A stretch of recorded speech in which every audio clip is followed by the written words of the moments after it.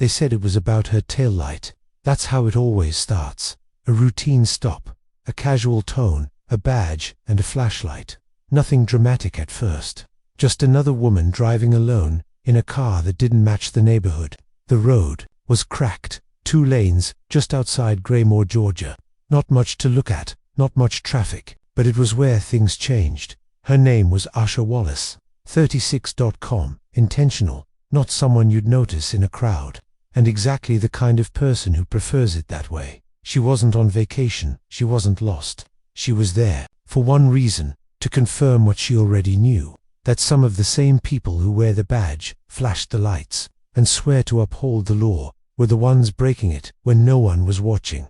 Asha worked for the DI, not undercover, not in disguise, just precise, quiet, and deeply strategic. For the last 6 weeks, she'd been investigating a drug corridor running through the city's back roads. Someone was moving heroin through Graymore. Someone with a badge. Her intel pointed to Detective Ray Hatcher and his partner Doyle. Known names, trusted faces, but behind closed doors, they were part of the problem. That day, Asha wasn't supposed to be pulled over. She didn't speed, didn't swerve, didn't touch her phone. She knew the route, knew the cameras, knew the timing. But what she didn't know was that they had already marked her. A random tip, they'd say later. A vague call about a vehicle fitting her description. But everyone knew what that meant. Her car wasn't the problem. Her skin was deep. Hit the siren 2 blocks from a known checkpoint. She slowed, signaled, pulled over, her hands on the wheel. No sudden moves. Hatcher approached first, smiled, but it didn't reach his eyes. Said something about her taillight flickering. Asked her to step out. She did. Calm, compliant. Silent. Doyle circled the car, looked through the window. Too long. Then he opened the passenger door without asking. That was it. That was the move. A moment later, Hatcher said they'd found something. A bag, under the seat. Ziploc white powder. Classic. Predictable. Planted. She didn't scream. Didn't cry. Didn't plead. She just looked at them and said 6 words. You should check the footage. It wasn't defiance. It was fact. Because Asha wasn't just a DAGen. She was prepared. That morning, she'd installed 2 hidden cameras in the vehicle, one beneath the dashboard, one in the rearview mirror, both live streaming to a secure D server, both already recording. What they didn't know was that the moment Doyle bent down into the car, the signal was sent. That the second he slid the fake evidence under the seat, he was broadcasting it to federal eyes. That backup wasn't far. And karma, in the form of federal agents in black SUVs, was already en route. What happened next wasn't loud. It wasn't violent, but it was final. Because when you play a dirty game, and your victim sees every move coming, you don't get to win, you get exposed, you get caught. And if you're lucky, you get a second chance to explain yourself before the badge you wear turns into the cage you walk into. This wasn't just a traffic stop. It was the beginning of a reckoning. One that didn't shout, one that didn't beg, one that just rolled its window down, looked power in the eye, and said, I saw this coming. Doyle stepped back from the open car door like he'd just found a bomb. His voice was smooth, rehearsed. Ma'am, we need you to stay right there. Asha stood by the front bumper, hands visible, posture relaxed. Hatcher walked over, holding the clear plastic bag like it had come from a crime scene and not his own pocket. Found this under the seat, he said, locking eyes with his partner. Looks like heroin, no adrenaline, no panic, just quiet. Asha tilted her head slightly, watching them play their roles. They were too confident, too practiced, like this wasn't the first time, like this trick had worked before. But she wasn't their usual target. She was the one watching from the shadows while they built a legacy of dirt. Hatcher called in the find, using the right codes, the right lingo. Doyle stood nearby, arms crossed, pretending to keep watch while the radio crackled back. Neither of them noticed the blinking red light inside the rearview mirror. Neither knew they had just performed for an audience far bigger than they'd intended. Asha's phone, resting quietly in her coat pocket, had already sent its signal. The stream from her cars to hidden cameras was live. One beneath the dashboard showed the Ziploc bag appearing from Doyle's jacket. The other caught his quick glance over the seat before he tucked it beneath the floor mat. His hands moved like someone who'd done it before. No hesitation, no guilt. 3 miles away, Inside a black surveillance van parked just beyond the city limit, a D-Tech raised her hand. "We got it," she said. "They just planted it." "Confirmed." Supervisor Thomas Ellison didn't blink. "Move in, now." On the roadside, Hatcher was just beginning to read Asha her rights when the black SUV came into view. It didn't scream in with sirens. It just rolled up steady, deliberate, like judgment dressed in federal plates. Both men turned, frowns forming before their brains caught up. Out stepped a woman in a tailored jacket and mirrored sunglasses. She held up a badge without speaking, walked directly to Hatcher, stopped inches from him. "Are you finished planting?" "Evidenced, detective." That line split the world open. Hatcher didn't answer. Doyle took a step back. The street went silent except for the wind. Asha stood where they had left her, watching, not smiling, not triumphant, just steady, like the storm that had been waiting years to come through. Ellison joined her. "You good?" he asked. She nodded once. "Told you they'd try it." "Yeah," he said, glancing at the frozen officers. "They really did." The agents secured the scene.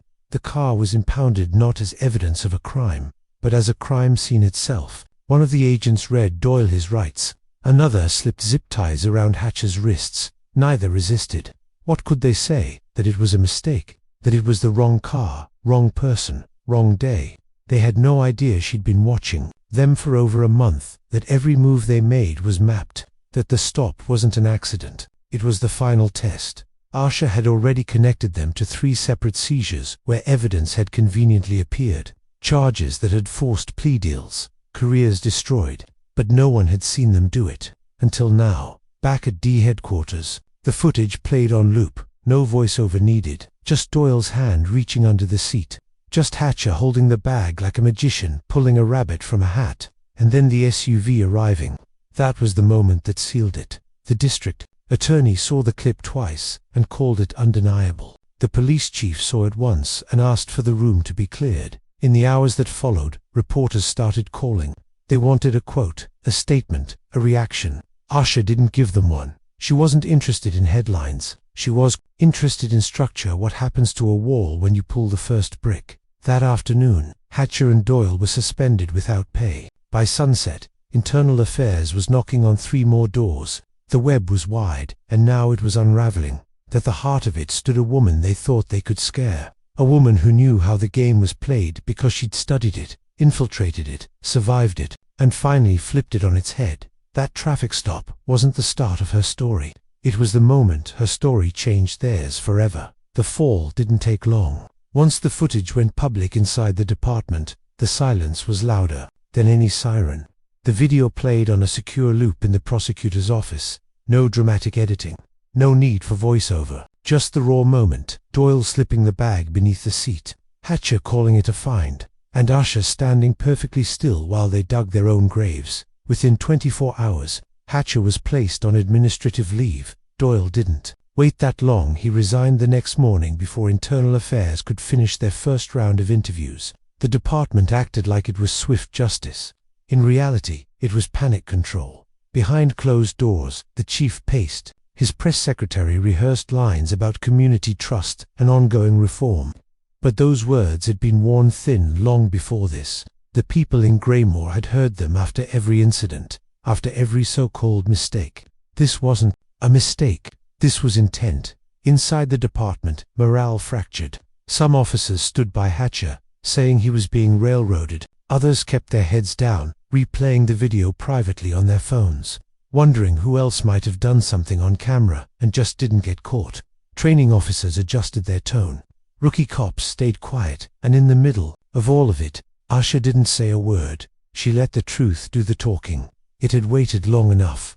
Her supervisor at the DEI, Thomas Ellison, briefed federal attorneys. They requested all past arrest records involving Hatcher and Doyle. What they found wasn't a surprise. But now they had proof, patterns, repeated stops with minimal probable cause, charges based solely on officer discovery, evidence that always showed up, just in time. The federal review widened.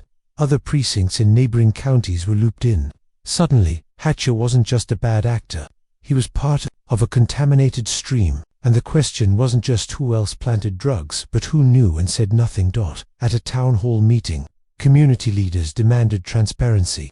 If she hadn't been one woman said, we wouldn't even be talking about this. That bag would still be in evidence. She'd be another number, another charge, another lie. No one in uniform spoke back. On the surface, the city tried to move on. The mayor gave a carefully written speech about oversight. The police union asked for measured consideration. But inside Graymore, people had already chosen their side. They had seen too much to forget. For some, Asha became a symbol. For others, she became a threat. The woman who proved it could happen, and did. At the precinct, officers were told to watch the footage during ethics training. Most sat stone-faced, arms crossed, breathing slow. But a few scribbled notes, a few looked shaken, and one rookie officer, Bell, new to patrol, raised her hand and asked the instructor, "What do we do if we see this happening but we're not the ones doing it?" The room went still. That question hung in the air like a wire between two towers. It wasn't just about catching someone else.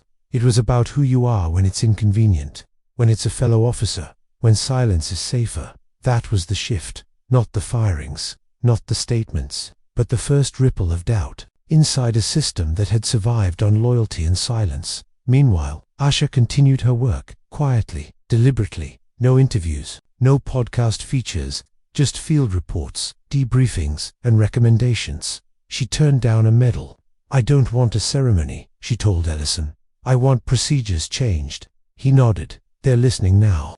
"They're better," she said. "This isn't about me. It never was, but it was.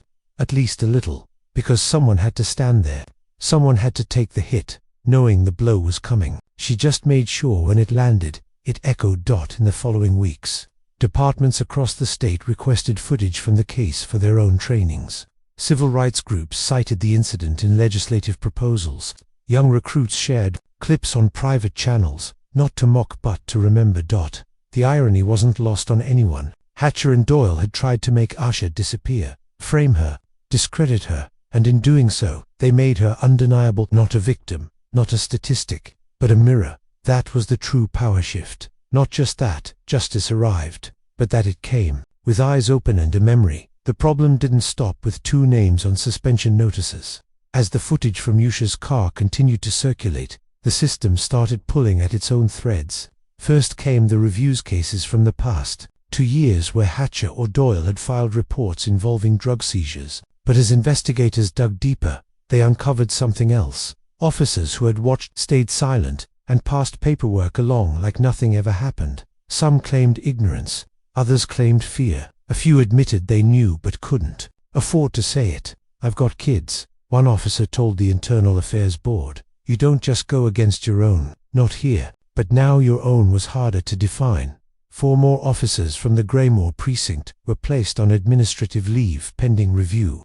Their names weren't on the video, but their signatures appeared on arrest reports that mirrored methods, same wording, same lack of body cam footage, same outcomes: young black men facing years for possession, almost all pleading out to avoid worse. The numbers didn't lie. By the end of the month, the Department of Justice announced a federal civil rights investigation into Graymore police. The chief went on leave for health reasons. The mayor was booed at a press conference for saying the city would do better moving forward. But outside City Hall, people didn't want better. They wanted someone to say it out loud. The system didn't just make a mistake, it ran on them. And Asha, she stayed off camera, but she stayed present. She sat with prosecutors, reviewed files, and confirmed which cases needed re-examination. Some defendants were already out, others were still serving time. The real cost of corruption wasn't measured in press releases, it was measured in years stolen from people who never had cameras in their dashboards.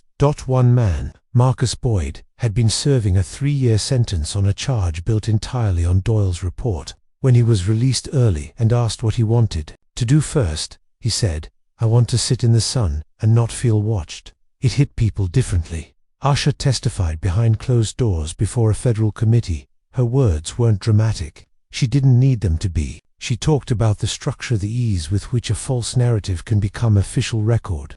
"All it takes," she said, "is 2 officers with matching lies and no one asking questions." Those words made it into training materials in 3 states. Meanwhile, police departments around the country took note. Quietly, some started auditing their own cases. Others began inviting external monitors into ride-alongs. The idea of a clean stop was no longer a given, it was a demand. Still, not everyone welcomed the change. Police unions pushed back. Conservative media framed Asha as part of a federal trap. They questioned her methods, asked why she hadn't just filed a report. But people who watched the video knew better, because the footage didn't just catch a crime, it captured the face of the machine when it thinks no one is watching. The casual routine of it, the speed, the muscle memory. It wasn't about two bad apples. It was about the orchard. Even within the Graymore department, a reckoning was unfolding. New officers were asking questions they weren't supposed to ask. Why do we search without cause so often? Why is the same script used in every report? Why don't we have to log which officer finds the evidence? Old answers didn't work anymore. And then there was Officer Tamara Bell. She was the first to speak publicly from inside. Rookie cop, black, quiet, until now. She released a statement saying she had once witnessed an unusual traffic stop, led by Hatcher and Doyle. She hadn't spoken up, and it had eaten at her for months. I thought it was just in my head. I thought if I said anything, I'd be out. But now, I know silence isn't neutral. It's permission. Her statement was read at protests, played on news shows, and eventually, it inspired 3 more officers to come forward with similar stories. That's when people started believing maybe the shift wasn't temporary, that maybe this time, the story wouldn't just fade into another file. Because Asha didn't just break the cycle, she exposed the pattern, and once people saw the design, they couldn't unsee it. Not just one officer, not just one city, but a question written into the foundation. What happens when the badge protects itself more than the people? And for the first time in a long time, America didn't blink. Graymor didn't fix itself overnight. It didn't turn into some reformed model of modern policing, but it did something rare. It stopped pretending. For once, the department admitted its house wasn't just dusty, it was rotting under the floorboards. And when the dust settled, the work began. The first reform wasn't cosmetic, it was a memo, short, stark, effective immediately. All traffic stops involving contraband discovery must be accompanied by full body cam footage. No exceptions. The message was clear. No more shadows. Next came the review board. Not internal affairs, not some temporary task force. A standing civilian panel, independent, diverse, trained in both law and rights, that would audit every contested stop within 48 hours. That used to be unheard of. Now it was policy. Then came the rewrite of the playbook itself. The training manual was gutted, pages rewritten, scenarios restructured. Instead of scripts like approach the vehicle and ask leading questions, recruits now faced exercises where the objective was to de-escalate without assuming guilt. Asha helped design those modules. She didn't stand at the front of classrooms. She sat in the back during pilot sessions, watched the new generation, watched how they reacted when shown the video again and again of the moment Doyle's hand slipped under her seat. Some rookies flinched, others wrote furiously. No one yawned. What stuck with them wasn't just the corruption. It was the precision with which Asha had prepared, the calm, the way she let them expose themselves. The lesson wasn't just, don't do this. It was, someone is always watching now. Meanwhile, outside the classroom, laws were shifting to, at the state level, new legislation passed that made it a felony for any officer to falsify or plant evidence during a stop. No more slaps on the wrist. No more resignations before charges. If caught, you faced real time. Community leaders didn't stop there. They pushed for open data dashboards, real-time access for the public to see which officers made the most stops, who got searched, who got arrested. The algorithm didn't lie. Bias wasn't just invisible anymore, it was quantifiable. Asha didn't stand at rallies. She wasn't interested in becoming a face for the movement. She said it best in a closed meeting with lawmakers. The point of justice isn't to make heroes, it's to make accountability routine. Still, her name carried. Officers referred to pulling a Kendra when describing when a citizen caught them on video. Politicians invoked her when demanding oversight. And quietly, people started to notice a shift. Stops lasted shorter. Questions were more careful. Search justifications were double-checked. Not because every officer changed overnight, but because now they had to. Even the police union, once defiant, agreed to a retraining protocol. Part pride, part PR, but it happened. No more taillight excuses without body cam. No more evidence without timestamps. The ghost of old policing methods was no longer welcome in the room, and in precincts beyond Grey Moreau across the state, and into neighboring cities. Departments began reaching out for copies of the training materials Asha had authored. Some requested private briefings, others sent their top brass to sit in, quietly, and just listen. The ripple had become a tide. But real accountability isn't just policy, it's people, and that part the hard part Asha knew couldn't be legislated, so she returned to one more place, the academy. On her final visit, she sat across from a class of cadets, young and cautious, unsure if they were being watched or trusted. She told them her version of the story, not the headlines, not the badge versus badge drama, just what it felt like to stand on the side of the road while the law tried to bury her alive. She ended with this: someday, someone will look at you and decide you have all the power. That's when you'll decide what kind of cop you really are.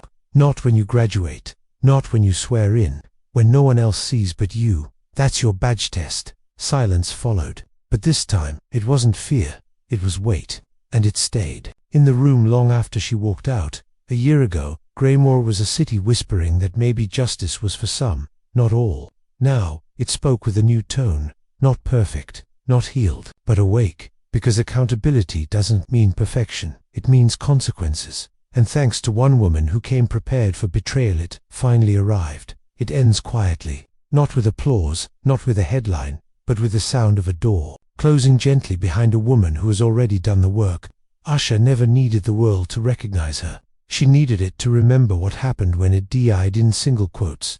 1 year to the day after that traffic stop. She drove the same road, same car, same steady hands on the wheel. This time, no backup vans, no hidden cameras, no hidden weapons, just her. And yet, something felt different when the patrol lights flashed in her rearview mirror near mile marker 12. Her heart didn't race. She signaled, slowed, pulled over. She knew the drill, but this time, she wasn't being hunted. The officer approached cautiously, young, polite. His voice didn't tremble, but it didn't command either. "Good afternoon, ma'am. Your left brake light's a little dim, just wanted to let you know. Nothing serious. You're good to go." She nodded. He didn't recognize her, but that didn't matter. What mattered was his tone, his posture, his pause before walking away, like something about her presence told him to tread more carefully, not out of fear, but out of awareness.